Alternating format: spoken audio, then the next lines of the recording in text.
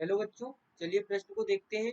प्रश्न है, हैबर विधि में ठोस लोहे की अपेक्षा लोहे का चूर्ण बेहतर उत्प्रेरक है, क्यों? तो चलिए बच्चों यहाँ पर बात करें प्रश्न की मुख्य अवधारणा की। तो यहाँ पर जो प्रश्न की मुख्य अवधारणा हम लिख सकते हैं, मुख्य अवधारणा। देखिए बच्चों यहाँ पर जो इसका कारण हम लिख सकते हैं वह है पृष्ठीय पृष्ठीय क्षेत्रफल। पृष्ठीय क्षेत्रफल के कारण यहाँ पर ऐसा होता है, क्षेत्रफल पृष्ठीय क्षेत्रफल के कारण यहाँ पर हम कह सकते हैं। अब चलिए बच्चों यहाँ पर प्रश्न को समझे। तो देखिए होता क्या है, हाबर विधि में यहाँ पर नाइट्रोजन होती है जो कि हाइड्रोजन के साथ अभिक्रिया करके यहाँ पर अमोनिया बना रही होती है। यहाँ पर अमोनिया बना रही होती है और बच्चों इस प्रक्रिया में जो कार्य कर रहा होता है उत्प्रेरक के रूप में, वो होता है लोहा आयरन। अब यहाँ पर क्या होता है बच्चों कि ठोस लोहा यदि होगा तो ठोस लोहे पर, देखिए यदि ये ठोस लोहा है तो बच्चों इस ठोस लोहे पर नाइट्रोजन और हाइड्रोजन के कण आकर जमा होंगे। नाइट्रोजन और हाइड्रोजन के कण आकर इस पर जो अभिकारक है ये आकर इस पर जमा होंगे। यहाँ पर ये नाइट्रोजन और हाइड्रोजन के कण इस प्रकार से इस पर जमा होंगे। ये यहाँ पर हम नाइट्रोजन के कण लेंगे तो बच्चों यहाँ पर इसी प्रकार से कुछ हाइड्रोजन के कण भी आकर इस पर जमा होंगे। इसकी उत्प्रेरक की सतह पर यहाँ पर नाइट्रोजन हाइड्रोजन जमा होंगे और बच्चों इसी प्रकार से यहाँ पर उत्प्रेरक के रूप में अमोनिया बनकर निकल जाएगी।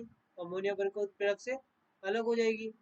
अब बच्चों यहाँ पर क्या होता है कि यदि चूर्ण रूप लिया जाए, यदि चूर्ण रूप लिया जाए तो हमें पता है कि जो चूर्ण होता है इसका पृष्ठीय क्षेत्रफल ठोस लोहे की अपेक्षा ज्यादा होता है।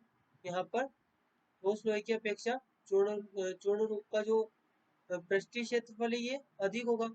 अब बच्चों यदि चूर्ण रूप का पृष्ठीय क्षेत्रफल अधिक है तो यहाँ पर देखिए जो यहाँ पर नाइट्रोजन और हाइड्रोजन के अभिकारक है ये अधिक मात्रा में जमा होंगे, यहाँ पर अधिक मात्रा में जमा होंगे। और बच्चों यदि यहाँ पर ये अधिक मात्रा में जमा होंगे इसके पृष्ठ पर तो ये यहाँ पर से अधिक मात्रा में अमोनिया बनकर निकलेगी, यानी कि हम कह सकते हैं कि अभिक्रिया की दर भी बढ़ जाएगी और हमें यहाँ पर उत्पाद के रूप में अमोनिया ज्यादा प्राप्त होगी। तो बच्चों देखिए यहाँ पर ये लोहे का ठोस रूप है, लोहे का लोहे का ठोस रूप, ठोस रूप।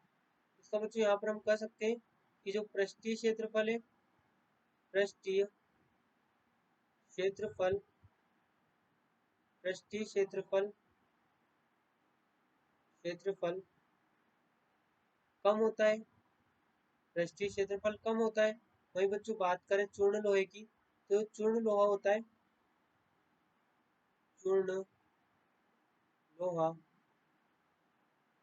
यहाँ पर बच्चों क्या होता है इसका जो पृष्ठीय क्षेत्रफल है, इसका पृष्ठीय क्षेत्रफल अधिक होता है, इसका पृष्ठीय क्षेत्रफल अधिक होता है।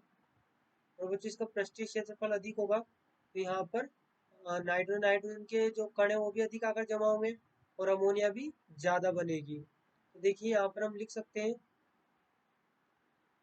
ठोस लोहे की अपेक्षा, यहाँ पर हम लिखेंगे ठोस लोहे की अपेक्षा, लोहे की अपेक्षा चूर्ण लोहे का, चूर्ण लोहे का पृष्ठीय क्षेत्रफल, पृष्ठीय क्षेत्रफल, पृष्ठीय क्षेत्रफल अधिक होता है,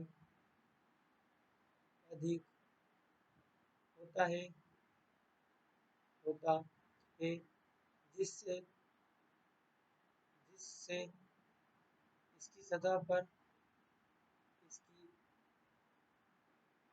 सतह पर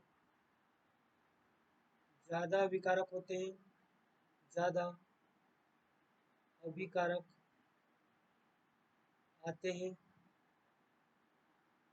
और उत्पाद भी और उत्पाद भी अधिक बनता है, उत्पाद भी अधिक बनता है, अधिक बनता है। देखिए बच्चों, यही कारण है कि जो चूर्ण लोहा है वो बेहतर उत्प्रेरक होता है क्योंकि उसका पृष्ठीय क्षेत्रफल अधिक होता है। आशा करते हैं आपको प्रश्न समझ में आया होगा। धन्यवाद।